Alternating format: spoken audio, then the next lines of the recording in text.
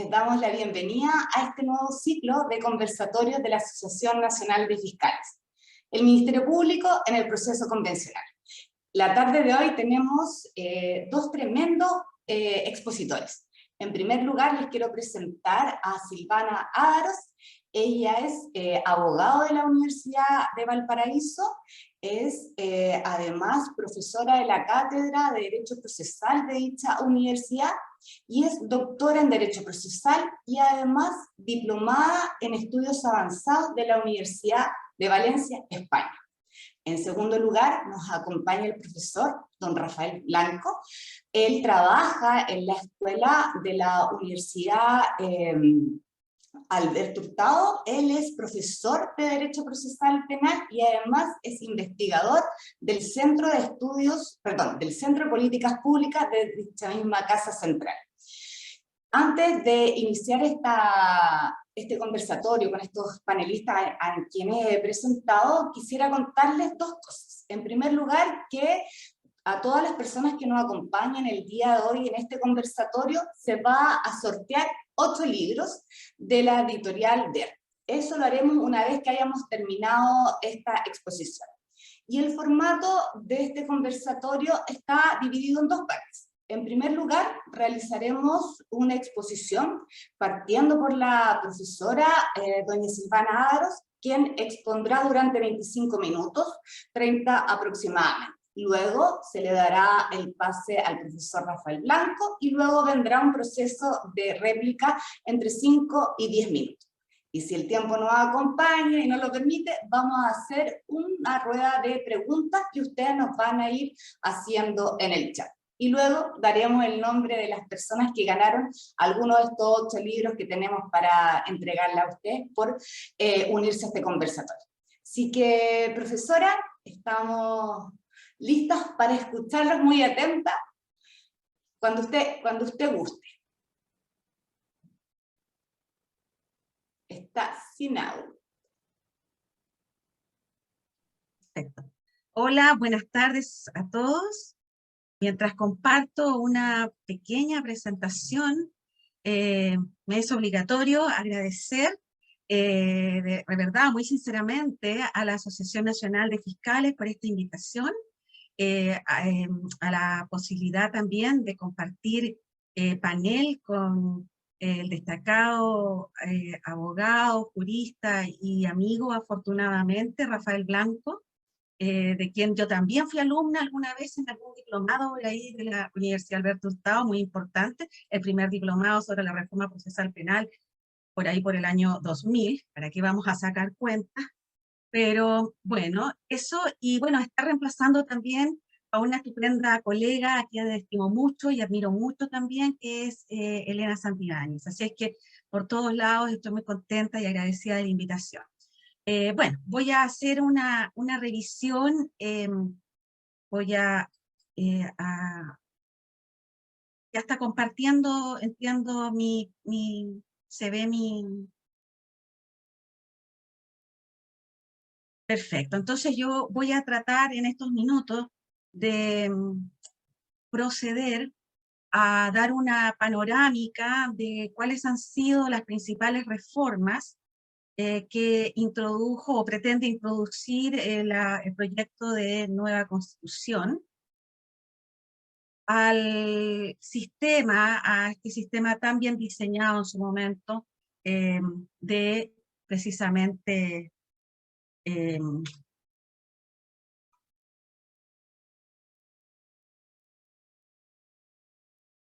del Ministerio Público.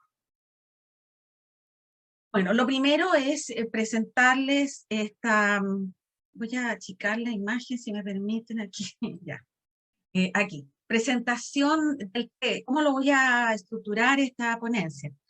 Primero voy a referirme a los principios del Ministerio Público para ver en qué estado quedaron o quedan en este proyecto de constitución, y luego referirme a las funciones del Ministerio Público. Todo esto en una visión bastante panorámica que sin duda Rafael va a complementar de manera brillante, como siempre son las exposiciones que realiza. Bien, en cuanto a los principios del Ministerio Público, que ya veo que está mal escrito, pero no importa, están estos 9 que yo destaqué, la verdad. No son todos, como ustedes sabrán, ustedes mejor que yo saben exactamente qué principios les rigen, pero vamos a ir analizando algunos que han sido de alguna manera modificados. En cuanto a la autonomía, en verdad la autonomía del Ministerio Público quedó intacta en lo funcional.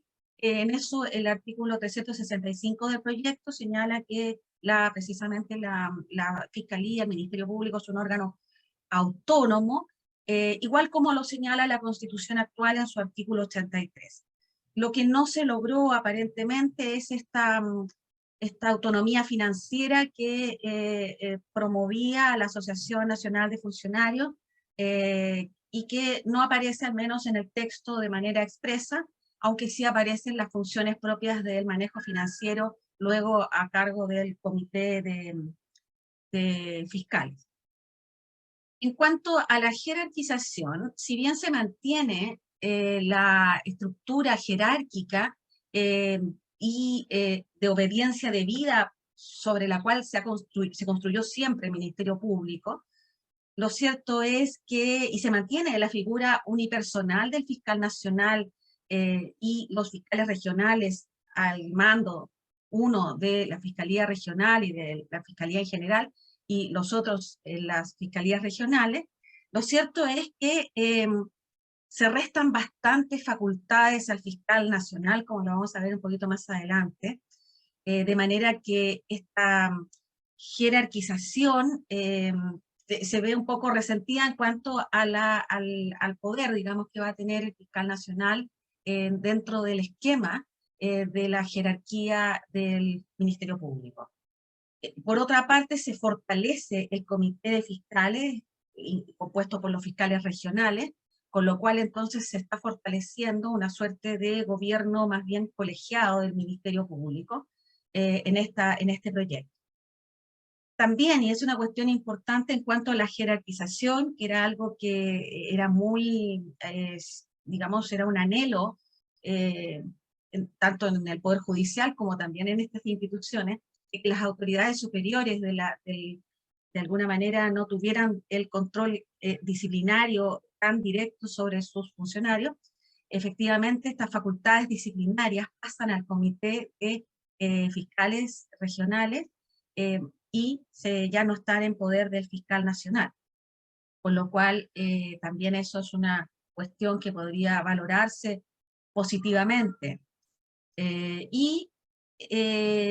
Hay una norma que, digamos, los fiscales deben entender mucho mejor, que es la exigencia de que si alguna autoridad superior del Ministerio Público va a dar alguna orden o instrucción que afecte alguna actividad que estuviera, una investigación que estuviera en curso, esa orden debiera ser fundada. Yo creo que estos son los 4 puntos que podríamos destacar de esta jerarquización que si bien se mantiene, digamos, esquemáticamente hablando, pero se diluye un poco las fuerzas de poder, como lo vamos a comentar un poquito más adelante, y estoy segura también que Rafael se va a referir a eso. En cuanto al principio de objetividad, bueno, obviamente es imposible pensar en un ministerio público que no cuente con este principio, por lo tanto, el proyecto de constitución no hizo sino mantener en los mismos términos este principio de objetividad que algunos confunden, y he escuchado por allá, de imparcialidad, y que no tiene nada que ver con la imparcialidad, porque el Ministerio Público jamás podrá ser imparcial toda vez que es una parte en el proceso penal. Así es que el principio de objetividad, de investigar tanto aquello que favorece, como, o sea, aquello que produce, digamos, es prueba de cargo en el fondo, como aquello que favorece al imputado, es el deber que también este proyecto contempla en el artículo 365, número 1, y que está, en esto no hay ningún cambio en torno a lo que precisamente fijaba la Constitución del 80. En materia de independencia, una de las, digamos, anhelos también de la Asociación Nacional de Fiscales era fortalecer la independencia, fundamentalmente la independencia de las autoridades superiores del sistema. Vamos a ver que en esto en cuanto a la independencia externa o institucional, la mayor muestra de fortalecimiento de la independencia es el sistema de nombramientos, en que definitivamente se excluye al poder judicial de esos nombramientos, Corte Suprema y Cortes de Apelaciones, y se deja un sistema que está solamente a cargo del fiscal nacional y de los respectivos, digamos, de los órganos legislativos, en sesión conjunta, si es de la Cámara de Diputados y Diputadas, y la Cámara de las Regiones, si es que es el fiscal nacional, y en el otro caso, el fiscal regional, también es un sistema en que participa el Poder Legislativo. También podría decirse que es un requisito que es nuevo y que nace también, o que tal vez busca también esta independencia externa del sistema, es que el fiscal nacional, además de los requisitos propios de antigüedad en el ejercicio de la profesión, se le quita el rango de la edad para postular, pero sí se le ponen 15 años de antigüedad en tener el título profesional.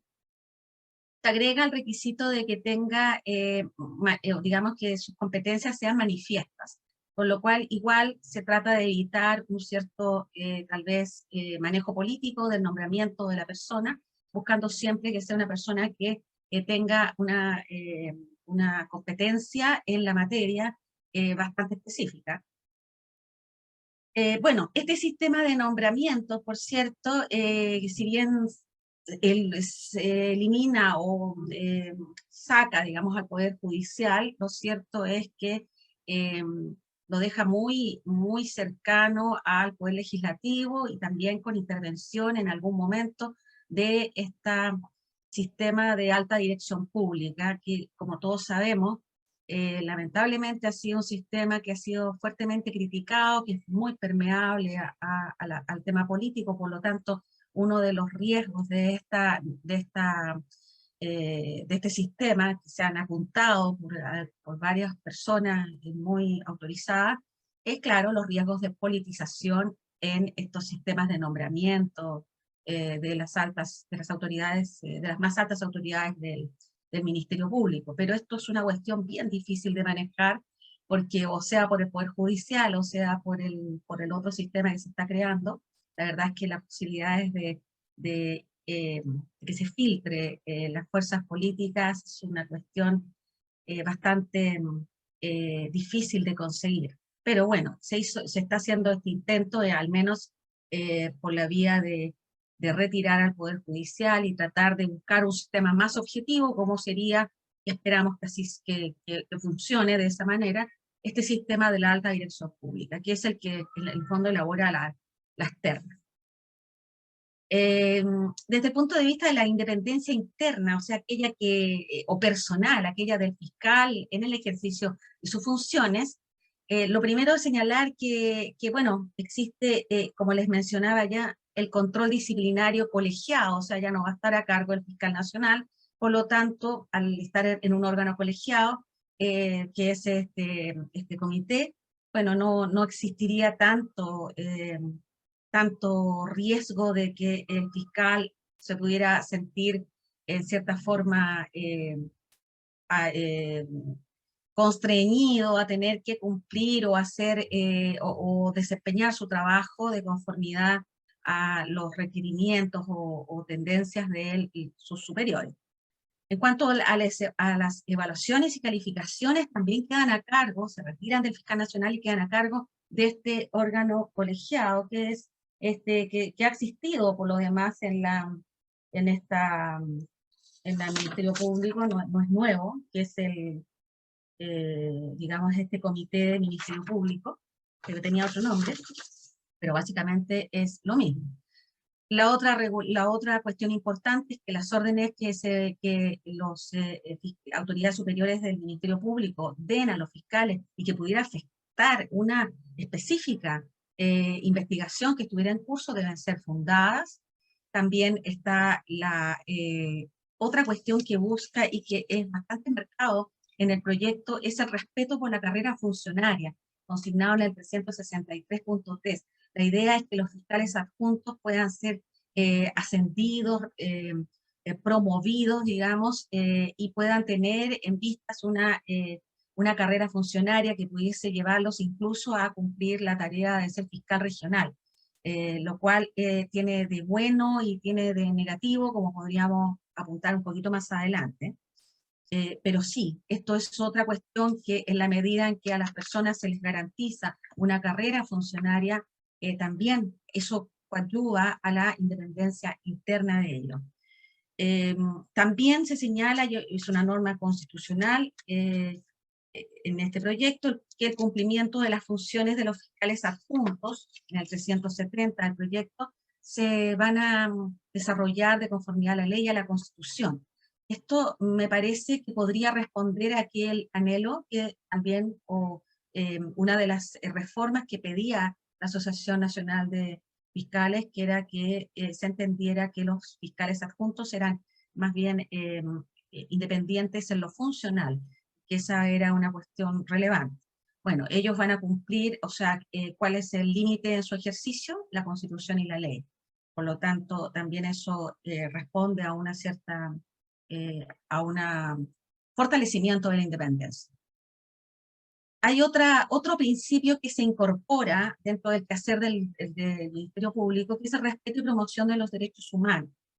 La verdad es que esta norma aparece junto con el deber de proteger a las víctimas, lo cual a mí en lo personal no me parece que debiera haber, me parece que debiera haber quedado de manera separada, si es que se quiso poner. Ahora, desde luego está la norma, se repite la norma del 365.7 del proyecto, que señala que cualquier medida que pretenda adoptar el Ministerio Público que pudiera vulnerar o amenazar algún derecho fundamental del imputado debe ser sujeta a autorización judicial, que no es ninguna novedad.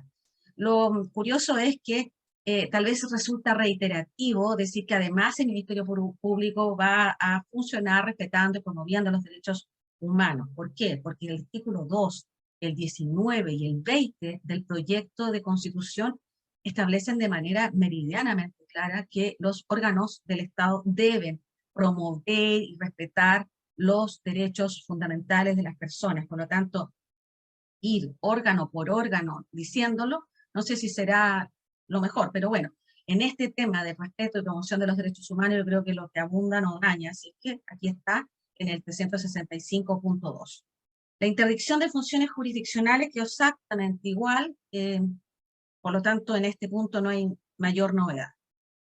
Lo que les comentaba yo era este otro principio que también podríamos decir que se incorpora, que es el respeto por la carrera funcionaria. Esto fue precisamente una de las solicitudes de la Asociación Nacional de Fiscales, quedó establecida de manera bastante específica en el 366 número 3, donde señala que la y los fiscales y funcionarios tendrán un sistema de promoción y ascenso que garantice la carrera, que permita fomentar una excelencia técnica y la acumulación de experiencia en las funciones que estos desempeñan. Cesarán en sus cargos a los 70 años. Realmente es interesante, claro, velar por la carrera funcionaria, pero no por un mero antojo, sino por la decisión de que las personas que accedan a los cargos del Ministerio Público realmente tengan las competencias necesarias para esta delicadísima función. Esto se refuerza cuando se pide que el fiscal regional haya sido, a su vez, fiscal adjunto por una cierta cantidad de años. El 367.2 deben haberse desempeñado como fiscales adjuntos durante 5 o más años. O sea, también se busca que estos funcionarios no sean personas externas. Aquí, en esta materia, se ha apuntado que si bien digamos, el respeto por la carrera funcionaria es una cuestión relevante, fundamentalmente es un anhelo de los mismos funcionarios o fiscales, lo cierto es que se ha apuntado como riesgo la endogamia que podría provocar esto, o sea, demasiadas vinculaciones entre sí, la cierta formación de como una casta de fiscales, que es algo también con lo que cuando se estudiaba mucho con los sistemas de nombramiento de los jueces, también se buscaba un sistema mixto para tratar de evitar estas como, que se forman como verdaderas castas, donde entran solo los de adentro, los que están adentro, y no permiten, digamos, el acceso de otras personas que podrían tener capacidades también, pero sobre todo podrían traer innovaciones al sistema. Por cierto, esta nueva normativa, digamos, afectaría en cierta forma la igualdad de acceso que reconoce el artículo 10 de la Ley Orgánica Constitucional del Ministerio Público, que señala obviamente que todas las personas pueden acceder libremente a cualquiera de los cargos que promocione el Ministerio Público. Pues bien, por ahí hay un estudio que señala que en todo caso, sea como sea la regulación que hoy hay, no más del 4% de los concursos son ganados por personas que son de afuera del Ministerio Público. Mi fuente es el Mercurio Legal, no encuentro exactamente la nota, pero sí o sea, es una cuestión, digamos, ahora se reconoce, pero se reconoce expresamente, pero ya en los hechos estaba, o sea, la posibilidad, la dificultad de que personas ajenas al Ministerio Público. Eso podría también traer como consecuencia esa endogamia, esa creación de una casta, que es complicado, siempre complicado. Me voy a apurar para poder llegar a la eficacia, eficiencia, coordinación, agilidad de los procedimientos, consagrada en los artículos 6 de la Ley Orgánica Constitucional del Ministerio Público, que digamos, hay que entender que hoy el fiscal nacional ya no va a ser lo que en la Constitución actual es, en esta nueva Constitución. Por lo tanto, se fortalece el comité de fiscales, hay un gobierno colegiado, por lo cual han sido muchas las opiniones de personas autorizadas también, que han señalado que esto podría tener un riesgo de ineficacia, de demora en la toma de decisiones. Por lo demás, sacar a los fiscales regionales de sus regiones para integrarlos a un comité que va a tomar decisiones súper importantes en la administración, en el gobierno del Ministerio Público, también podría digamos, significar que nos encontraríamos con el riesgo de centralismo, que es algo que hoy los fiscales regionales no tienen ese problema y que podrían ahora tener que estar siempre en Santiago preocupados, digamos, de estas, o digamos, formando parte de este organismo, de este superorganismo que asume las funciones, muchas de las funciones importantes que tenía el fiscal nacional en el artículo 17 de la Ley Orgánica, pasan directamente a hacer del ministerio, de estas funciones de comité. Los criterios de actuación, por ejemplo, ya van a ser diseñados más bien por el comité. El tema de los criterios del personal, los ascensos, la determinación de la política de persecución, la política pública de persecución penal, también va a ser una función del comité. Entonces, vamos a ver si esto funciona, cómo se quiere, realmente como se pretende que tal vez un gobierno colegiado sea una cuestión más positiva para el Ministerio Público. La verdad es que son varias las voces que se alzan sobre las posibilidades de centralismo, ineficacia, demora en las decisiones que podría traer. En materia de responsabilidad, bueno, la ley orgánica, ustedes saben que establece esta responsabilidad, se mantiene exactamente esta especie de responsabilidad política de los altos funcionarios del Ministerio Público, prácticamente lo mismo, el deber de rendición de cuenta también, pero todo lo que es la responsabilidad disciplinaria pasa al comité de fiscales, cual es una novedad. En cuanto a las funciones, por los 4 minutitos que me quedan, voy a explicar qué son, bueno, los que ustedes conocen y están mencionados allí. Vamos a ir uno por uno. La exclusividad y la investigación, desde luego que la sigue manteniendo el Ministerio Público, no podía ser de otra manera, en un sistema acusatorio como fue, o como ha sido el construido por el Código de 2000, Código Procesal Penal. Reiteramos estas órdenes que deben ser fundadas de las autoridades las autoridades del Ministerio Público para que puedan llegar a afectar una investigación en curso.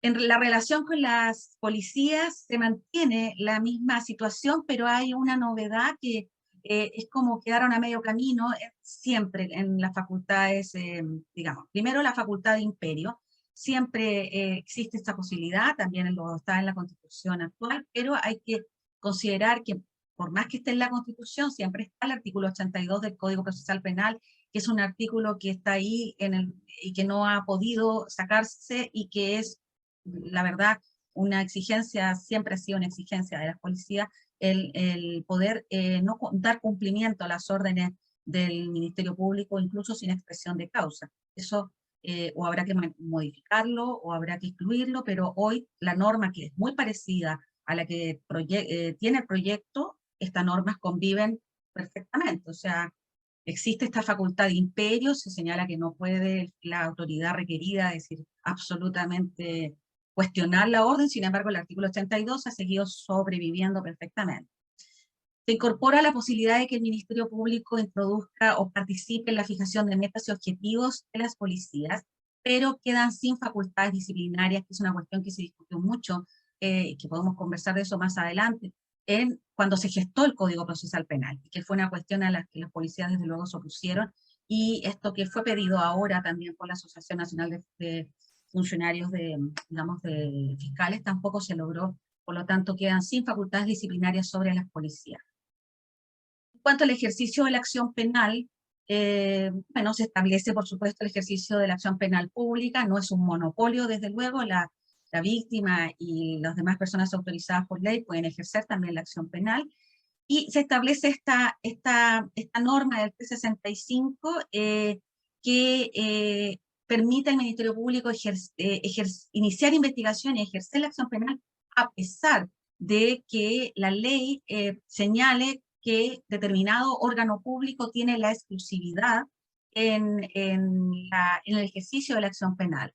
Esto me parece que por todos es sabido, tiene un nombre y recuerda un caso muy específico, por lo tanto es esa la situación que se establece esta norma, que fue solicitada también por la Asociación Nacional de Fiscales, lo cual es un avance importante. Yo creo que igual hay que hacer algunos ajustes porque tanto las leyes que establecen esa exclusividad de estos órganos, pues ya no serían exclusivos.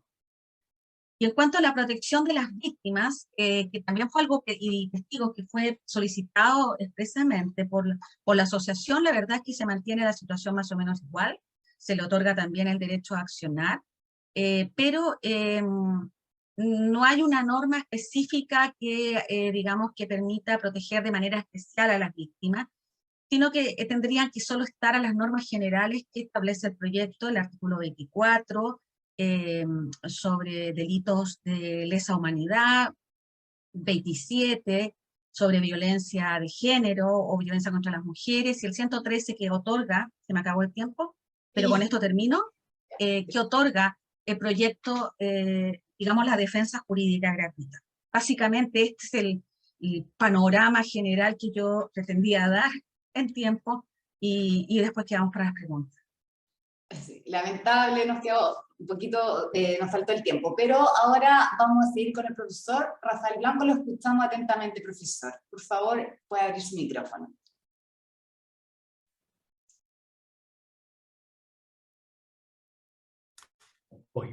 Bueno, muchas gracias de nuevo por la invitación.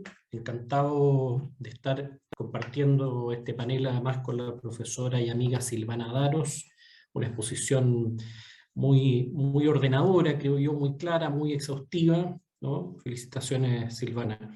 De nuevo, gracias a la asociación, desde luego a Francisco por la invitación. Hemos estado en otros encuentros discutiendo estos cambios constitucionales que afectan al Ministerio Público.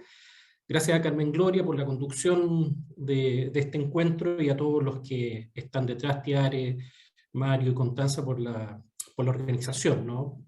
Para sus asociados. A ver, a mí me parece que este va a ser uno de muchos encuentros futuros que ustedes tendrán con distintos académicos, hacedores de política pública, porque lo único que pareciera claro a estas alturas es que estamos frente a un texto provisorio. Si gana el apruebo, es probable que se introduzcan modificaciones, según se ha mencionado por las distintas fuerzas políticas, eso parece razonable y probable, y si gana el rechazo, lo mismo, ¿no? O sea, parece ser un texto abierto. Lo único que todavía está en discusión es ante qué organismo voy a seguir, ¿no? Trabajando un texto del Ministerio Público, si ante una nueva convención, según han mencionado algunos, digamos, interpretando las normas que dieron lugar a esta convención y que están en la Constitución Política, o vamos a ir a un nuevo acuerdo político que eventualmente desplace de ese poder de decisión al Parlamento. Claro, lo único que se va a modificar es el actor ante el cual intervengo para la representación de los intereses, ¿verdad? En este caso del Ministerio Público, porque la mirada que tiene una convención ciudadana sobre la Fiscalía y la que tiene el Parlamento sobre la Fiscalía son distintas, y eso probablemente obliga a desplegar estrategias diferentes, ¿no? Pero en fin, creo que esto es un cuento que no termina, desde luego, digamos, el 4 de septiembre, sino que es una fase de un camino un poquitito más largo para saber exactamente cuáles son los contornos de la regulación político-institucional que va a tener el Ministerio Público.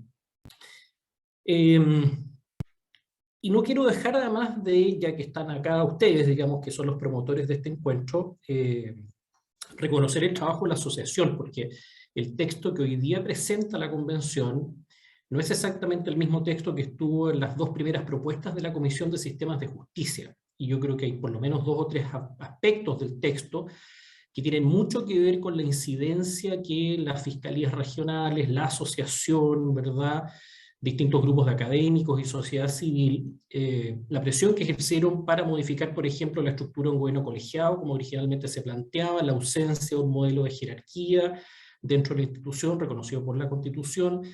O sea, había aspectos que claramente fueron objeto de mejora y que no fueron producto, digamos, de una autorreflexión autárquica, por así decirlo, en la Comisión de Sistema de Justicia, sino que obedeció a una presión legítima, por cierto, de la sociedad civil, de la academia y de la misma asociación de fiscales. Y yo creo que esos son logros importantes, porque esta discusión tendría un tono distinto si el proyecto que estuviéramos discutiendo fuera el proyecto que salió de la primera o segunda propuesta, ¿verdad?, de la Comisión de Sistema de Justicia. Y yo creo que hay un avance más o menos importante. Ahora, dicho todo eso respecto de lo que podrían ser los prolegómenos, a ver, yo creo que, dado que el 4 de septiembre en verdad no termina esta discusión constitucional, yo creo que a estas alturas hay que decir cosas que a uno le parecen medias obvias, ¿no? Pero a veces por obvias se callan y se olvidan. Y tiene que ver primero de por qué estamos regulando el Ministerio Público en la Constitución. Yo creo que hay una razón bien fuerte que tiene que ver con una cuestión relativamente transversal que tiene que ver con la necesidad de mantener la autonomía constitucional del Ministerio Público. Es evidente para todos que hay distintos modelos, algunos de los cuales fueron replanteados incluso en el contexto de la misma comisión. Un Ministerio Público adscrito al Poder Ejecutivo, como se da, digamos, bueno, incluso en Estados Unidos, en Alemania, algunos modelos europeos continentales y también latinoamericanos. Creo que la experiencia, la práctica y el diseño institucional aconsejan, creo yo, en Chile mantener al Ministerio Público en la Constitución y como un órgano constitucional autónomo. Yo creo que ustedes lo saben, pero la ciudadanía no lo sé, ¿no? En el contexto latinoamericano se ve a los ministerios públicos de Chile y Uruguay como referentes importantes en el logro a menos de varias cosas, pero hay una que yo creo que resalta mucho en esta opción de mantener al Ministerio Público en la Constitución.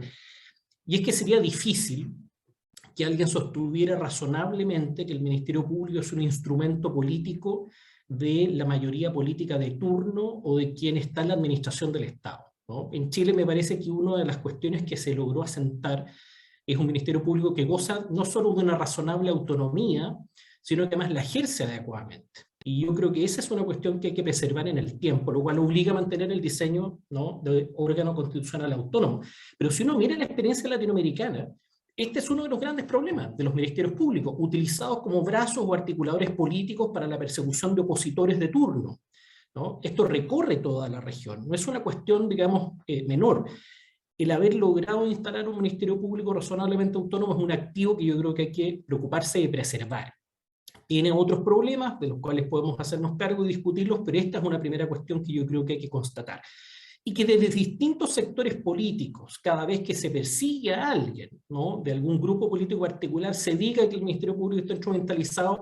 Yo creo que esos son los gajes del oficio propios de la institución, pero lo que muestra es que si de todos los sectores acusan lo mismo, pareciera entonces, digamos, que no se persigue a un sector político en particular, sino más bien es un organismo técnico con políticas de persecución criminal, etcétera, etcétera. Yo creo que ese es un primer logro que a mí me parece que hay que reconocer, pero básicamente hacerlo para decir, está bien que volvamos a un texto constitucional autónomo, ¿verdad? Con esa fisonomía. Pero regular la autonomía en la Constitución me parece que nos debe llevar a una segunda cuestión que no tendría sentido, sino que es los mecanismos de remoción, ¿verdad?, de nombramiento y remoción, porque al final sería declarativo una autonomía constitucional si luego yo a nivel de nombramiento y remoción digo, bueno, todo depende del Ejecutivo, entonces borrón con todo, digamos, lo que hemos logrado instalar en términos de autonomía. Me parece que ese es un elemento clave a regular en la Constitución. ¿Cómo se nombran las autoridades? ¿Cómo se remueven? ¿Y qué vínculos y poderes y pesos y contrapesos hay entre ellas? Esa es una segunda cuestión que a mí me parece que indudablemente requiere una regulación constitucional y de hecho el texto lo hace. Ya veremos después si esa regulación es adecuada o no es adecuada. Ahora bien, fíjense ustedes que sí tenemos un tema que está asociado a las percepciones de legitimidad ciudadana. El que optemos por un modelo de autonomía constitucional nos obliga a preguntarnos si esa autonomía puede tener defectos, ¿no? Así como los modelos donde el Ministerio Público depende del Poder Ejecutivo puede tener defectos y se corrigen en algunos casos. Hay que ver cómo el diseño institucional de la Fiscalía, al tener una autonomía constitucional garantizada, puede también tener problemas o ritios que es necesario, ¿verdad?, modificar. Vámonos al modelo del Poder Ejecutivo, Estados Unidos.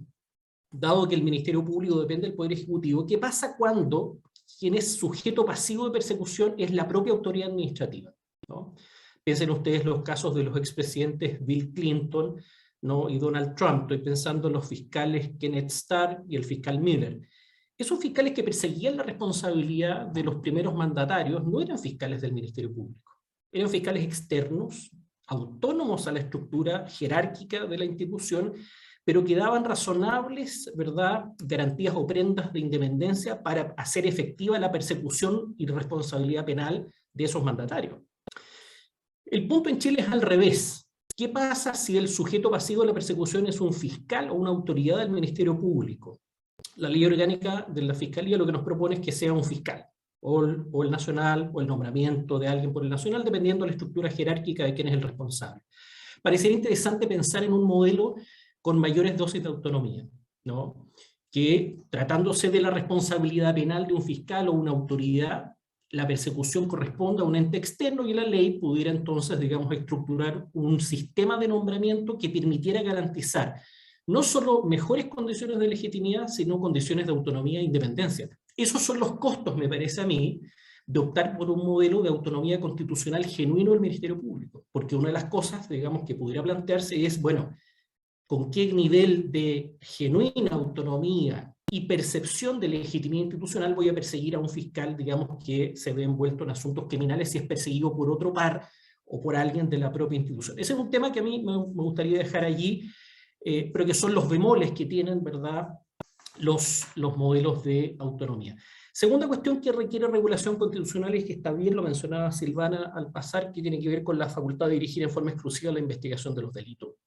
Esa es una segunda cuestión de jerarquía o relevancia constitucional. La tercera es la jerarquía de la institución. Esta es una cuestión que no entró, fíjense, al texto, sino hasta el final. Entonces la pregunta tiene que ver con algo que no parece ser tan entendido o tan obvio. Yo creo que muchos concurrimos al debate de la convención asumiendo que había temas, ideas, ¿verdad?, que estaban asentadas, incluso en los iniciados. Y no era así. Hubo que explicar por qué la jerarquía era una cuestión relevante. Déjenme decir dos o tres cosas que son más o menos obvias para todos, pero no resisto a no decirlas. Nada tiene que ver, como bien insinuaba Silvana, la estructura de principios y regulación de un fiscal, de un juez y un defensor o defensora. Cada juez o jueza concentra el total de la jurisdicción. La gracia de que ejerza la función jurisdiccional y que cada juez la tenga en sí, no la reclame de nadie, garantiza un grado de independencia e imparcialidad que es enorme. Por eso incluso se habla de sistemas de justicia y no de estructuras burocráticas. La independencia no le pertenece a la corporación judicial, no le pertenece a una estructura burocrática, le pertenece a cada juez y a cada jueza. Lo mismo en el caso de los defensores o defensoras. El rol de cada juez, el rol de cada defensor o defensora es garantizar los intereses de su cliente. No hay políticas, ¿no? Una defensoría institucional no puede diseñar políticas que sean obligatorias para un defensor en el modo de ejercer la representación de los intereses de su cliente. Bueno, tratándose de la fiscalía, estos dos elementos no aplican. La fiscalía, cada fiscal, voy a decirlo de esta manera, cada fiscal no representa el interés de la comunidad en forma aislada, se debe a un conjunto de políticas de persecución penal, que pueden ser, ¿verdad?, exigidas, que pueden ser evaluadas. Hay una política, y esa política no se replica por la cantidad de fiscales, digamos, en que se reparte el Ministerio Público. Esa jerarquía es necesaria no solo para hacer efectivo el cumplimiento y responsabilidades del modo en que se ejecuta la persecución penal definida en esa política, sino que además la jerarquía tiene que ver con igualdad ante la ley.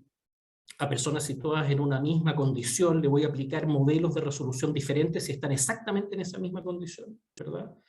O en ciertas regiones no aplicamos suspensión condicional y en otras sí aplicamos suspensión condicional, estoy diciendo barbaridades, ¿verdad? Pero tiene que ver un poco con la idea de que la jerarquía tiene un sentido en las estructuras de los órganos de persecución penal que representan a la comunidad en la persecución del delito.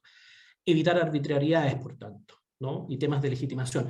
¿Cómo hacer efectiva, voy a otro punto, cómo hacer efectiva la responsabilidad de cada uno de los fiscales si no hay un ente jerárquico, digamos, ante el cual hacerlas efectivas? Entonces, problemas de legitimidad, uniformidad en la política de persecución criminal, evitar arbitrariedades, igualdad ante la ley, son elementos que están en la base de una estructura de jerarquía, ¿no? Evaluación del desempeño, etcétera, etcétera. Creo que esa es una cosa sobre la que hay que probablemente escribir y tejer un poco más, porque no era una cosa que aparecía obvia para quienes integraban la Comisión de Sistemas de Justicia y que de hecho excluyeron la estructura jerárquica de la Fiscalía. Silvana hablaba del principio de objetividad. ¿Cómo hacer efectivo el principio de objetividad si no puedo controlar a quienes están por debajo, digamos, jerárquicamente de mí? ¿No? Un fiscal regional respecto a fiscales adjuntos, etcétera, etcétera. A mí me parece que son cuestiones que probablemente entre todos los que estamos acá parecieran cuestiones más o menos obvias, pero creo yo que sobre ellas hay que tejer ciertos consensos para explicar por qué la voz jerarquía debe estar en cualquier texto constitucional futuro, porque de lo contrario, regular eso en la ley orgánica sería, ¿verdad?, imposible. Y el cuarto elemento que yo creo que tiene que estar en una constitución naturalmente es el modo en que yo distribuyo el poder dentro de la fiscalía. Y ahí de nuevo tenemos distintos modelos, un modelo donde concentro toda la atribución y facultades en un órgano unipersonal o en un órgano colegiado. De nuevo, no es evidente porque la estructura que se proponía originalmente era un órgano colegiado. Esta es una institución, ¿no? Lo han dicho distintos académicos, lo he dicho yo mismo en distintas columnas y lo repito acá. Esta es una institución compleja que toma un conjunto de decisiones diariamente, son miles de casos, son miles de decisiones y requiere un modelo de administración, un modelo de gestión muy eficiente, muy eficaz. Ahí están los principios que Silvana comentaba, y eso hace incompatible ese modelo de gestión y de decisiones con un gobierno colegiado donde pueden subsistir distintas visiones sobre los modelos de gestión y administración y desde luego de la persecución criminal. Entonces, tiene que haber, me parece a mí, una estructura efectivamente unipersonal de gobierno. ¿Significa eso que no debiera haber instancias intermedias donde ese poder de representación unipersonal pueda ser compartido bajo ciertos criterios? La respuesta es no, por supuesto que puede haber instancias intermedias y el comité de jueces, el comité de fiscales puede ser una buena idea, ¿no? Ya veremos si las competencias que se le entregaron son correctas, no son correctas, admiten discusión, mejoras, etc. Pero me parece que también dentro de una institución de este peso, con este nivel de autonomía, ciertas decisiones pueden ser acompañadas de lógicas digamos, colegiadas. Eso es también más o menos evidente. Cierro este punto para decirle, y no me parece que valga la pena regular absolutamente nada más en la Constitución. O sea, yo creo que estos son los 4 ejes críticos. Y el resto me parece que debiera quedar a la ley, porque hay un montón de decisiones de política pública, de organización, de gestión, que puedo ir modificando en el tiempo, que puedo hacer una reflexión crítica. Por lo tanto, hacer una extensa estructura regulatoria en la Constitución me parece un error, ¿no? Y por lo tanto creo que por eso hay que ponernos de acuerdo qué es lo que queremos regular del Ministerio Público en la Constitución y qué puede quedar para la estructura de la ley. A mí me parece que estos son los 4 temas críticos, por ahí puede haber 1 o 2 más que se me vayan, pero ahí está, ¿verdad?, el corazón. Del texto aprobado hay 7 temas que me parecen importantes: el tema de la autonomía, ya lo referí, el tema de la jerarquía. A propósito del tema de la jerarquía, hay un punto que no resisto a no comentar, que tiene que ver con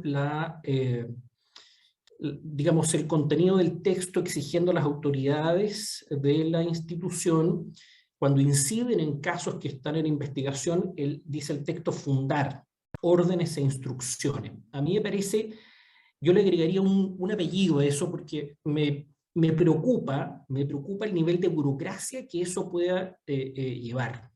Una cosa es perseguir responsabilidades, dejar establecidas responsabilidades respecto de los casos de persecución criminal y las instrucciones, ¿verdad?, que supongo no están referidas a las instrucciones generales, sino a las particulares, y ahí es una primera cuestión que habría que precisar, y a las órdenes de investigación. La pregunta es, ¿un fiscal regional debe fundar todas y cada una de las órdenes que da en todos y cada uno de los casos que están sometidos? Me pareciera que no, ¿verdad? Porque si esa fuera la interpretación constitucional correcta, sería un problema de burocracia y de lentitud enorme. Me parece entonces que nos podríamos poner de acuerdo en que hay algunas instrucciones que por su naturaleza, voy a poner un ejemplo discutible, pero un ejemplo que se me ocurre, facultad de no perseverar respecto a un caso, digamos, que ha sido investigado. Bueno, tal vez en algunas cuestiones el fundamento puede ser razonable y plausible, así como en otras probablemente no. Esa es una cuestión que debiera quedar referida a la ley, pero una nomenclatura como la que usa el texto constitucional puede ser interpretado de modo tremendamente burocrático, y eso me parece que hay que limarlo un poquitito. Dicho eso, el resto de los temas de jerarquía yo los comparto, lo mismo que los temas de autonomía. Sistemas de nombramiento se modifica. ¿Qué cosas son correctas, me parece a mí? Sacar al Poder Judicial de los modelos de nombramiento. De nuevo, no es que no nos guste el Poder Judicial. El punto es que los fiscales litigan ante el Poder Judicial. El Poder Judicial además mantiene su facultad de remoción de autoridades del Ministerio Público, entonces colocarlos al inicio y al final de la carrera, en el nombramiento y en la remoción, y además en la estructura de relaciones de control de garantía, me parece indeseable. Pero creo que hay que dar razones, porque de lo contrario pareciera ser, digamos, como una cuestión refractaria al modelo judicial, y no tiene absolutamente nada que ver. Creo que hay que volver a explicitar los argumentos, porque a alguien se le puede volver a ocurrir que es una buena idea que el Poder Judicial participe, ¿no es cierto?, en los nombramientos. Esa es la razón por la cual estas 3 razones son las que colocamos sobre la base de por qué no nos gusta el Poder Judicial. Me parece correcto también que en el caso del fiscal nacional participe el Congreso y la Cámara de las Regiones, si es que la Cámara de las Regiones se mantiene y no es sustituido futuro por el Senado. Parece correcto también una rebaja de quórums en la medida en que hablamos de los miembros del Congreso y de la Cámara de las Regiones en ejercicio, y que no es una mayoría simple, ¿verdad? Eso requiere, digamos, yo les voy a ser bien franco, y esto es políticamente incorrecto, pero a mí me gustan los quórums supramayoritarios para el nombramiento de autoridades tan importantes como el Ministerio Público, el fiscal nacional a lo menos. No me gustan los 2/3 porque le da un poder de veto a la minoría que es disfuncional. Eso también parece más o menos obvio. Pero quórum intermedios, ¿no?, sobre todo si se vuelve a un modelo de bicameralismo simétrico. Si se volviera a ese modelo, probablemente a mí me gustaría un Senado con un quórum no de simple mayoría para el nombramiento del fiscal nacional. ¿Qué es lo que me asusta? Que el Poder Ejecutivo de turno, con una mayoría de turno en el Senado, logre imponer un candidato propio. Eso no me gusta, creo que quórum un poquitito más sofisticados, más altos, lo permitirían. No me gusta el 2/3 porque genera un poder de veto sobre una de la minoría que también me parece disfuncional. Pero me gusta el origen o legitimación democrática que la Cámara, ¿verdad?, o que el Congreso y eventualmente la Cámara de las Regiones le otorgan a al nombramiento del fiscal nacional. Creo que ahí hay una cuestión interesante. Lo que sí me parece, y concuerdo con algo que mencionaba el profesor Duche en sesiones anteriores, es que el procedimiento de nombramiento requiere, digamos, de una mirada un poquitito más exhaustiva. Una cosa es estar de acuerdo en la legitimación democrática de origen, en sacar al Poder Judicial, pero una de las cuestiones que yo creo que nosotros en Chile tenemos que procesar, empujar y mejorar son los procedimientos. Y cuando hablo de procedimientos es cómo garantizamos genuina transparencia, genuina meritocracia, genuino control sobre quién es la persona que se está postulando, y revisar al mismo tiempo los mecanismos de inhabilidades de quienes son los electores. O sea, a ver, cualquier modelo de selección de jurados advierte estas cuestiones que tienen que ver con niveles de genuina independencia, pero si yo tengo entre mis electores a quienes son sujetos pasivos de persecución criminal, es evidente que tienen un interés incompatible con el ejercicio del voto. Entonces, estos conflictos de intereses a mí me parece que tienen que estar regulados al momento de la elección de alguien tan relevante como la autoridad del Ministerio Público. Eso es todo procedimental. Principios reguladores y a lo mejor algo más podrían incluso, no me molestaría que estuvieran en el propio texto constitucional. Eso respecto a la elección del fiscal nacional. En cuanto a la elección del fiscal regional, tengo diferencias importantes con el texto, esto lo hemos conversado ya antes, digamos, con la asociación, con Francisco.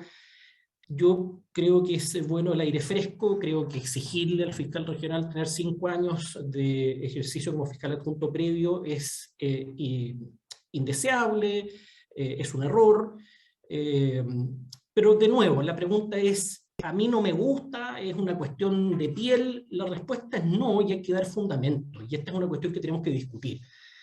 Si yo estructuro una carrera funcionaria, si yo digo a los 70 años es el límite para ejercer, digamos, como fiscal, y además coloco prerequisitos de haber sido fiscal adjunto previamente a ser fiscal regional, estoy cerrando puertas. Esas puertas aparentemente, como bien constataba Silvana, están cerradas de facto hoy, estadísticamente hablando. Entonces la pregunta es, ¿quiero yo gente de afuera?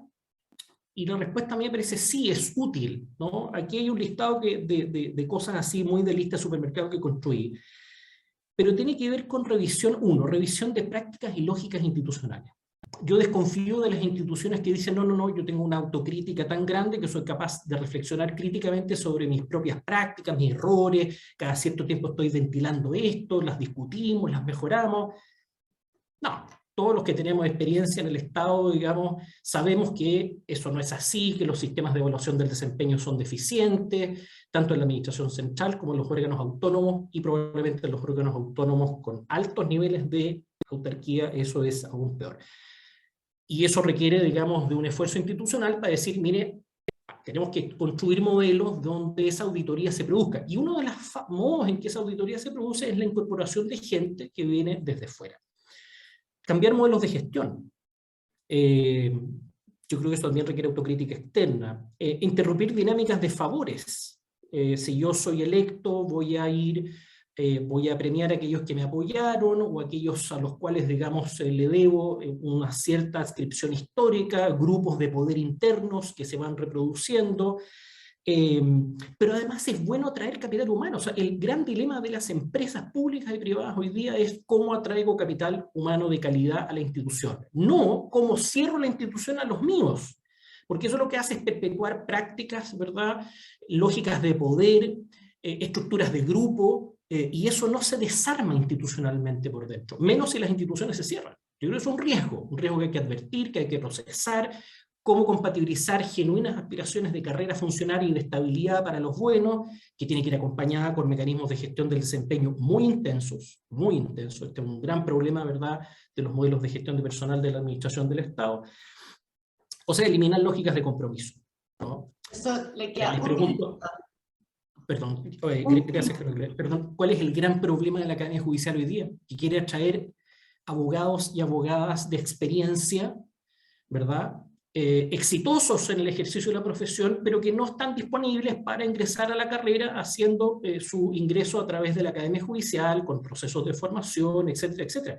Este es el problema. Y el Ministerio Público puede caer preso de la misma problemática. Creo que esa cuestión hay que modificarla. En el minuto que me quedan, 4 años muy poco a mi juicio para el fiscal regional. Creo que cuesta, no, 8 es mucho, 4 es poco, tal vez 6, digamos, pero me parece que 4 es un periodo que a mí me parece insuficiente.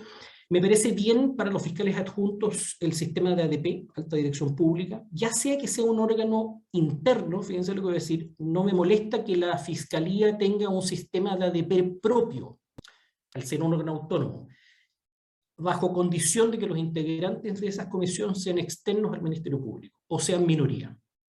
O bien optar por ADP constitucional autónomo, que es lo que propone la Convención, que también podría ser, ¿no es cierto? Lo importante es la autonomía que hay detrás de eso. Y por último, con esto sí termino, que me va a quedar un montón de temas pendientes, distribución del poder interno, Fiscalía Nacional, Comité. Hay cosas deficientes ahí, ¿no? Yo no me pongo a que haya un comité con potestades que, digamos, nivelen algunas cuestiones. ¿Qué es lo que me complica? Me parece bien que allí se defina la política de persecución penal y que no la defina autónomamente una persona en forma unilateral y autónoma, ¿verdad?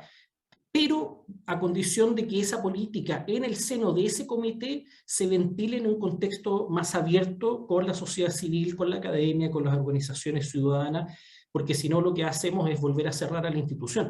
Las políticas de persecución penal requieren de un trabajo de construcción de legitimidad territorial, y yo creo que eso se puede hacer, y pueden haber modelos de escuchas, modelos de participación. Eso legitimaría y relegitimaría muchísimo la institución del Ministerio Público. No lo cerraría en un comité. Lo he dicho antes y lo vuelvo a decir acá, es un resquemor de que este comité centralice todo, evaluaciones del desempeño de todos los funcionarios, de todos los fiscales. Yo creo en un modelo de descentralización, pero eso significa, a mi juicio, volver a una lógica donde el fiscal regional tenga realmente incidencia institucional de quienes dependen de él. Tal vez el comité, fíjense, tal vez el comité sería una instancia para reclamar de los modelos de evaluación, de los temas disciplinarios como órgano colegiado, y darle potestades en ese sentido. Pero colocar en el comité todos los sistemas de evaluación de todas las regiones, y además del control disciplinario, bueno, no sé, un fiscal regional va a tener que dedicarle mucho tiempo, digamos, de su vida a eso, y no me parece que sea el perfil para el cual el fiscal regional fue electo, ¿no? Adelanto una idea, porque solo lo dejo ahí. Si yo soy fiscal nacional, yo quiero a mi director ejecutivo nacional, no quiero 2 poderes distintos.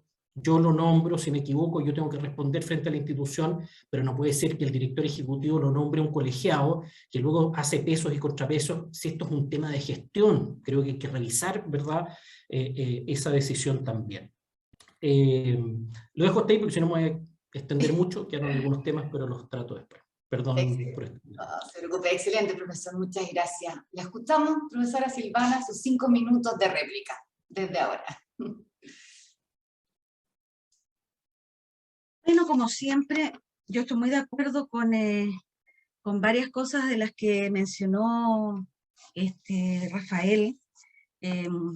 Esto último, en realidad, lo del director ejecutivo, es muy interesante, porque en estos tipos de organismos efectivamente se privilegia una eficacia en la labor, y eso se conlleva confianza, y por lo tanto esta posibilidad de que haya nombramientos aparte del comité y vaya a quedar un director ejecutivo muy, digamos, no de la línea tal vez del fiscal nacional, puede ser una cosa compleja. Lo mismo creo en cuanto, o sea, sobre lo que también mencionó Rafael en torno a las labores del comité. A mí me parece muy bueno que efectivamente el comité sea el que determine las políticas de persecución penal, que en eso participen todos los fiscales regionales, porque yo creo que nadie mejor que ellos pueden saber las realidades de sus regiones y poder llevar la voz regional a eso. Desde ese punto de vista, creo que es una buena descentralización, por así decirlo, o sea, van a tener un protagonismo, pero efectivamente cargar a este mismo comité con todas estas otras funciones que eran propias del fiscal nacional y bueno, y a través, que se ejercían a través de las jerarquías de evaluaciones, calificaciones, efectivamente puede ser demasiado para,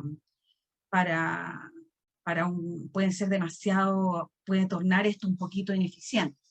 Eso es una cuestión también en la que concuerdo. Encontré la cita de los concursos, efectivamente, de todos, entre el año 2010 y 2019, se da cuenta de que 401 concursos de designación de fiscales, en solo 4, menos de un 1%, la designación habría correspondido a personas externas. O sea, por lo tanto, esto corresponde a un artículo de opinión de Mauricio Duche en el Mercurio Legal del día 26 de abril de este año. Por lo tanto, ya era un hecho el tema de, digamos, de velar por la carrera funcionaria. Yo creo que eso es positivo, pero insisto en que puede traer problemas. Y creo que siempre debiera quedar la posibilidad abierta de que entren personas externas que pudiesen ser un aporte, que por supuesto que se sometan a todos los cursos de capacitación, en fin, pero que puedan también acceder a estos cargos una vez que se compruebe, por supuesto, su competencia.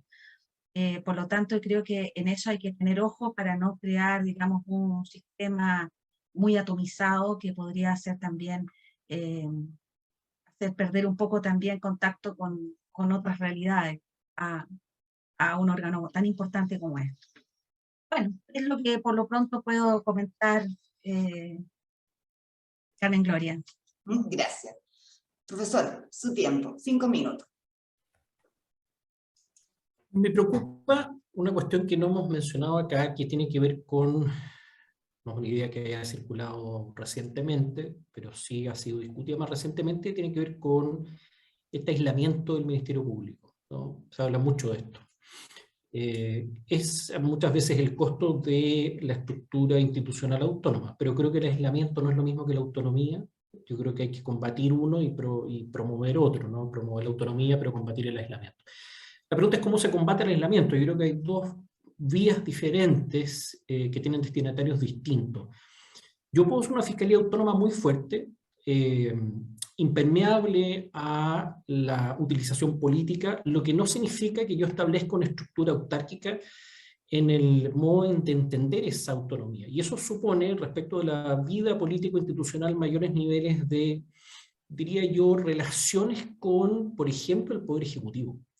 O sea, no es sensato, ¿verdad?, declarar que la Fiscalía no le importa nada las políticas de prevención de la criminalidad del país, ¿no? No es sensato porque eso lo priva de un conocimiento político criminal relevante, es un actor que tiene mucha información, no solo tiene poder, tiene información, y debería utilizar, promover, compartir parte de esa información, naturalmente aquella que se puede, que no está sujeta a secreto, números, estadísticas, datos, porque obviamente aquí se requiere coordinación, y yo creo que la lógica de la persecución criminal, particularmente de grandes organizaciones criminales, hace que el trabajo en red de instituciones públicas requiera ciertos niveles de coordinación relevantes. O sea, también la Fiscalía se beneficia en su rol de persecución en contar con información que está en manos hoy día de la Administración del Estado. Y eso supone establecer modos, criterios y relaciones que, sin afectar la debida autonomía, ¿no?, me permitan a mí tener un diálogo más fluido, y que cada vez que yo me siento en una mesa, ¿no?, a nivel regional o a nivel nacional, con otros actores del sistema político, no sienta que esté transigiendo, ¿verdad?, la debida autonomía. Eso es ridículo. Pero claramente eso permite además conocer de mejor manera la realidad político-criminal y participar eventualmente del desarrollo de políticas que no son solo de persecución, sino que eventualmente también de prevención. Ese es un desafío. Y el otro desafío es que la Fiscalía no se ve a sí mismo como un órgano altamente tecnocrático que no se debe a la ciudadanía. Y yo creo que esa cuestión no puede ser solo producto de la iniciativa regional de algunos actores o algunos planes piloto. Yo creo que la Fiscalía necesita ser conocida en la comunidad, que la comunidad necesita entender el rol que los fiscales cumplen, y eso supone para los fiscales conocer mejor también el territorio, la organización criminal. Me parece que ese es el gran desafío de los ministerios públicos en general. En Estados Unidos esta es una cuestión que lleva discutiéndose mucho tiempo, ¿no? ¿Cómo yo logro establecer vínculos ciudadanos, ¿verdad? O vínculos con la comunidad en el trabajo de persecución criminal? Y hay un enorme desafío que tiene que ver con este aislamiento. Segundo, me gusta el proyecto en cuanto avanza, aunque tímidamente, pero avanza en los modelos de rendición de cuentas, ¿verdad? La Cámara de las Regiones como un espacio en que la Fiscalía Regional hace rendición de cuentas y el Congreso ante la que la Fiscalía Nacional hace rendiciones de cuentas. Eso me parece bien, particularmente una exigencia para órganos que están dotados de mayores niveles de autonomía. El tema de la policía yo creo que hay que trabajarlo mejor. Es evidente, creo yo, que tenemos tres modelos, ¿verdad? Bueno, a lo menos dos, ¿no? Un modelo en que los fiscales, las fiscalías tienen policía judicial propia, como se le llama en el sistema comparado. O sea, yo tengo mis investigadores y tengo mi policía. Y otros en que la policía pertenece a la administración del Estado, ¿verdad? Al Ministerio del Interior o al órgano que sea. Entonces yo no tengo potestad disciplinaria o control, ¿verdad?, sobre ese órgano. Esos son los dos modelos que recorren en general América Latina y Europa. En lo particular no me gustan los modelos de policía judicial, creo que tiene una serie de imperfecciones, pero el problema es, bueno, si la policía no depende de mí, ¿cómo yo incido para evitar los problemas que a diario ustedes viven, qué sé yo, que un policía dice, mire, no voy a ir a declarar al juicio, digamos, o no le entrego a tiempo la información que usted me pide, y eso no tiene incidencia, ¿no? Entonces, me parece que lo que el proyecto dice, que es la fijación de metas, ¿no? Y objetivos, bueno, no me parece que eso dialogue con la estructura jerárquica de dependencias institucionales. Pero lo que sí me parece es que la Fiscalía debiera tener en sus manos la posibilidad de hacer una suerte de auditoría externa a la función policial que dice relación con aquello que al fiscal le importa y que tiene que ver con las evaluaciones del desempeño, no para que ustedes evalúen el desempeño, sino para que el informe que el fiscal o la fiscal emita respecto del incumplimiento de cuestiones directamente relacionadas con la investigación de los casos tenga incidencia en la hoja de vida del funcionario policial. O sea, que no salga gratis. Pero eso no es equivalente, ¿verdad?, a la fijación de metas institucionales, porque esa es una cuestión que complica, digamos, mucho las relaciones de jerarquía. Así que ese tema con la policía me parece que hay que mejorarlo. Tengo algunos temas con la víctima, pero lo dejo para las preguntas. Profesor, muchas gracias. En atención al tiempo, han tratado con claridad los puntos. Agradecemos la claridad conceptual respecto de los temas que han tratado, no ha quedado absolutamente claro. Por ello les damos los agradecimientos de haberse tomado esta hora de compartir con nosotros su exposición. Ahora, para ir terminando, dos cosas previas. Primero vamos a informar quiénes son los ganadores de los libros que pondremos a disposición de ustedes. La primera de ellas es Paulina Sepúlveda. Ella ganó un libro de la editorial DER. También Marcia Arancibia. Si me equivoco en el apellido, me perdona. Leila Chaín, puede ser. Y luego tenemos a Viviana Vergara, Patricio Poblete, César Ursúa, Nidero Rego y Sergio Espinosa. Luego nos vamos a contactar a ustedes para hacernos cargo de la entrega efectiva de estos libros, ¿ya? Para que no les quedemos debiendo. Y ahora, antes de terminar y agradecer, les dejo, le doy la palabra a nuestro presidente de la Asociación, Francisco Bravo. Te escuchamos. Gracias, señor Mayor. Pues yo creo que alcanzamos unas preguntas antes, porque son las 19:10, yo creo que todavía, y hay un par de preguntas que yo creo que podríamos hacerle ahí en el chat. Si no sé qué las puede leer, creo que están para los anfitriones, o sea, están también para los panelistas, ¿no? Yo no las puedo ver, no me aparecen. ¿La ven los profesores o no? Sí.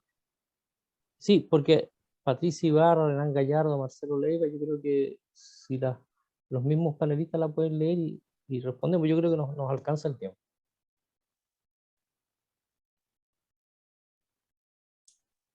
Perfecto, yo de acuerdo. No sé, ¿quieres partir tú, Silvana? Voy a partir solamente con la... no, con esta de que, a ver, Marcelo Leiva, sobre la posibilidad de que pudiesen existir fiscalías locales en todas las comunas del país. Bueno, yo creo que una de las grandes falencias que tiene el Ministerio Público y que forma parte de la estructura judicial, o sea, de toda la estructura judicial penal, por así decirlo, y de la mala percepción que se tiene, yo pienso que es por el exceso de carga, y siempre lo he pensado, que es por el exceso de carga, como que partieron excedidos, o sea, ya los primeros fiscales ya estaban sobrepasados, digamos, muy pronto, a muy poco andar. Entonces, yo creo que, que para que funcione bien todo el sistema procesal penal, este código procesal penal que por ahí algún destacado jurista español llamó magnífica hechura, porque realmente nosotros tenemos un código que es muy, muy bueno estructuralmente y técnicamente hablando, pero el problema es que si ponemos a actores que están con tantas dificultades de exceso de causa, sobre todo me imagino yo, en regiones, pienso que sería muy, muy adecuado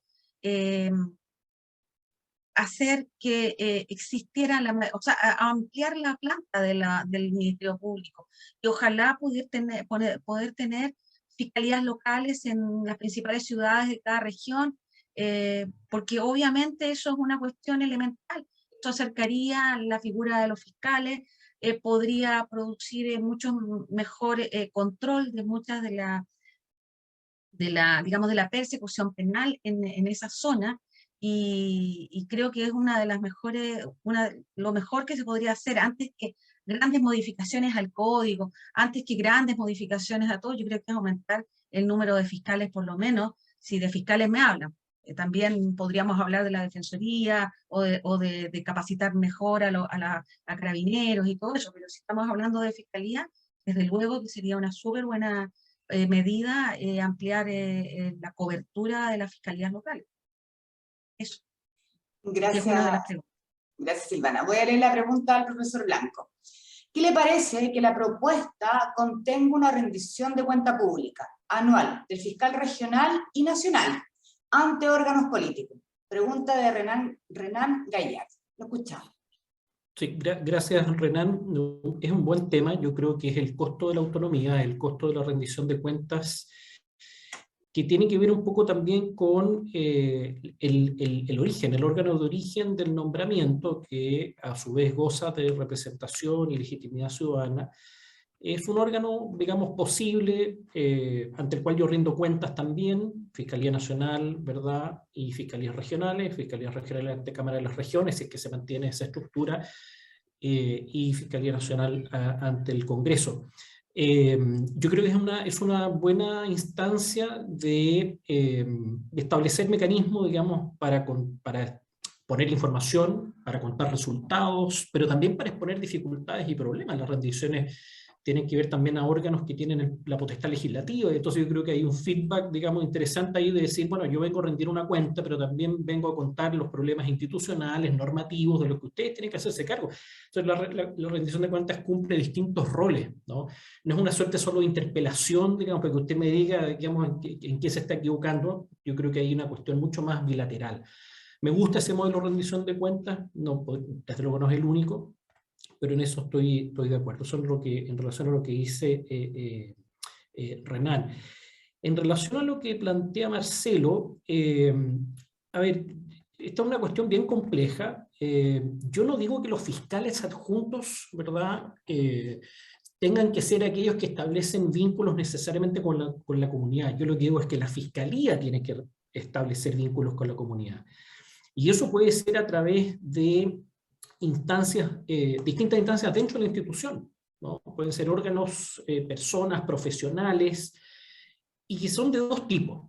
Una es la autoridad política, ¿no? La autoridad política regional y nacional tiene que establecer vínculos de trabajo, colaboración, intercambio de información con actores políticos y con actores, digamos, ciudadanos o territoriales.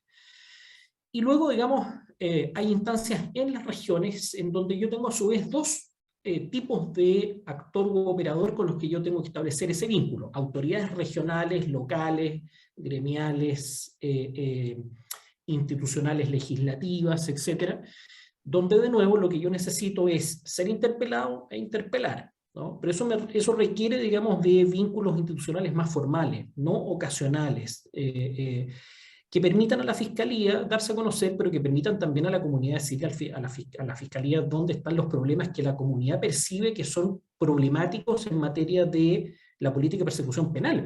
Si la Fiscalía es la dueña de la persecución criminal, ¿no?, por definición institucional, la pregunta es, ¿puedo yo como ciudadano incidir en eso? Y la respuesta me parece que sí. Entonces la única cuestión que queda es definir si eso se hace a través de qué tipo de canales institucionales. ¿Tiene que ser eso en cada comuna? Me parece que no. Eso perfectamente podría ser en modelos agregados, ¿verdad? Dependiendo de la estructura territorial, pero no es un problema solo de la comuna. Me parece que es una cuestión que puede verse de manera más general. No digo que ese no sea un espacio territorial a partir del cual discutirlo, pero creo que esto es una cuestión más general por las dimensiones, digamos, de la política de persecución criminal.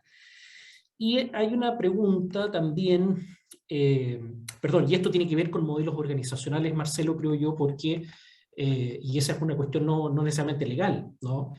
Yo creo que la Fiscalía tiene que estar reinventando sus modelos de gestión y sus modelos de trabajo. Esa es una cuestión permanente. A veces algunas requieren un correlato normativo, como las unidades de análisis criminal, que originalmente no estaban, ¿verdad?, en la ley orgánica, pero que los modelos de criminalidad han ido exigiendo. Yo, por ejemplo, creo que esas unidades no tienen sentido si no son operativas y están al servicio de cada una de las regiones, ¿no? Una unidad central que solo produce información en la literatura comparada tiene un nivel de impacto muy escaso, pero si yo hago que esas unidades acompañen los procesos investigativos, a nivel regional tienen un impacto, digamos, mucho mayor. Y eso obliga a repensar la estructura, digamos, incluso de la ley orgánica. Y por último, comparto con Patricia que hay un problema en que se establezca una suerte de sinonimia entre que toda absolución, ¿verdad?, que ha sido precedida de una prisión preventiva suponga una indemnización. Eso es evidentemente un error. Yo creo que eso requiere, digamos, una revisión. A lo menos requiere establecer criterios, estándares e hipótesis en las cuales eso pudiera ser procedente, pero el automatismo de eso es, me parece a mí, claramente un error, así que comparto la inquietud también que formula, digamos, Patricia. Sobre todo, y agrego, porque en el tema de las medidas cautelares, siempre estas se sustentan sobre un juicio bien distinto al de la sentencia definitiva, un juicio indiciario,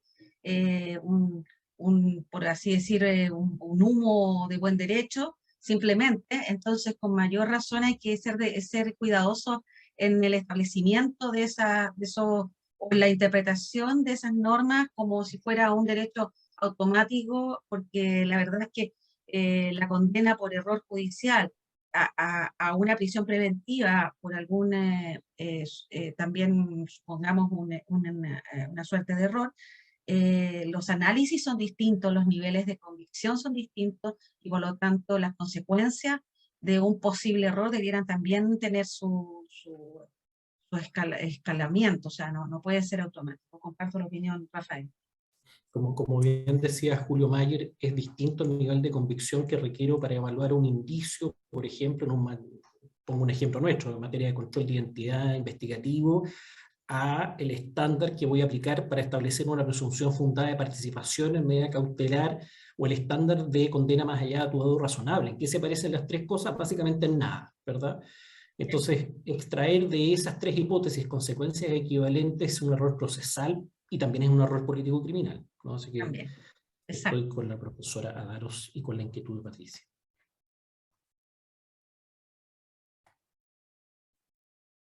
Bueno, ahora sí, muchas gracias al profesor Blanco, a la profesora Adaros.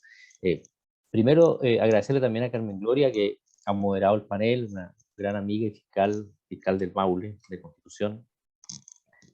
Lo segundo es, la profesora Santibáñez tuvo un problema en la conexión de sus vuelos, estaba afuera, y la verdad que perdió su vuelo y creo que está viajando en este minuto, así que, pero un lujo tener a la profesora Silvana Dares, como creo que no, se nos pasó, creo que muy rápido la hora, y solo agradecer. Yo quiero hacer una síntesis primero, repetir algo que hemos siempre dicho, pero no por dicho no lo vamos a volver a decir. La sesión de fiscal el 29 de mayo del año pasado comenzó un proceso interno de reflexión constitucional que duró más o menos un mes. Tuvimos ahí a la Facultad de Derecho de la Universidad de Chile que nos guió en este proceso interno, con muchos invitados también de fuera, naturalmente, y terminamos en un conjunto de propuestas que las sistematizamos en 7 propuestas que llevamos a la Convención Constitucional. Hablamos con más de 95 convencionales en un proceso bastante arduo, pero que aparentemente tuvo buenos resultados en términos de muchas de las propuestas de la asociación quedaron efectivamente plasmadas en el proyecto, otras no, y otras quedaron de una manera distinta. Y yo quiero reconocer acá y aprovechar esta instancia, quiero reconocer acá, porque ya a estas alturas Rafael Blanco es amigo de la asociación. Y les quiero contar a los que no saben, que en un momento un poquito difícil, no sé si la primera o segunda parte, cuando la Comisión de Justicia propuso esta peregrina idea de crear un Consejo Superior que fuera el órgano que dirigía a la asociación, rápidamente ahí con el equipo constituyente, el director de la asociación, Marcelo Leiva, recurrimos, entre otros, a Rafael Blanco, a Cristian Riego y al profesor Ducha, Mauricio Ducha. Estas cosas muchas veces no se saben, pero las quiero contar. Y lo que encontramos en el profesor Blanco fue absoluta disposición inmediata para colaborar, para dar su mirada, su opinión técnica, su opinión experta. Yo quiero reconocerlo hoy día, porque estas cosas, profesor Blanco, no se saben. Y yo quiero hacerle un público reconocimiento a usted por los aportes y siempre por la gran disposición que ha tenido a colaborar con la asociación, también al profesor Riego y al profesor Duche, que no pude la vez pasada hacerle ese reconocimiento. Así que muchísimas gracias. Lo último, dejarlos invitados para el próximo miércoles, es el último conversatorio. El próximo miércoles tenemos una, como dicen los, yo me gusta el box, un poquito, es una políticamente incorrecto, un gusto un poquito culpable. Pero la verdad es que tenemos un round de fondo, una pelea de fondo extraordinaria, a Jorge Correa Sutil y a Luis Cordero. Dos hoy día también muy mediáticos, exponentes de las visiones, algunos más críticos que otras, del proyecto constitucional. Vamos a estar a las 6 de la tarde también, que han invitado obviamente los profesores, para que terminemos este ciclo y terminemos este proceso que empezó ya en mayo, en fines de mayo del año pasado, en este proceso interno de la asociación de fiscal. Finalmente agradecerles a todas y a todos y por supuesto esperarlo el próximo miércoles a las 6 de la tarde, con la moderación de otra gran fiscal, gran amiga de Concepción, Carla Hernández, que también quiero ya dejarla presentada. Muchas gracias a todas y a todos.